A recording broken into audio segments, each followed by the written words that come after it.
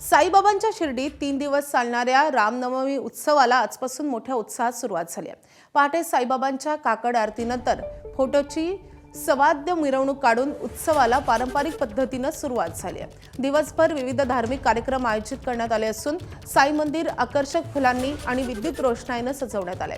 साई मंदिर परिसरात भक्तांच्या स्वागतासाठी उभारलेलं मयूरद्वार आकर्षक ठरत आहे।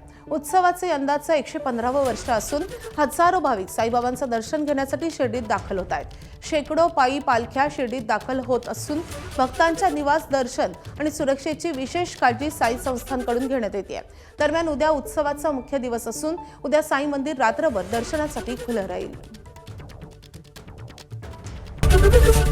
एबीपी माझा, उघडा डोळे बघा नीट।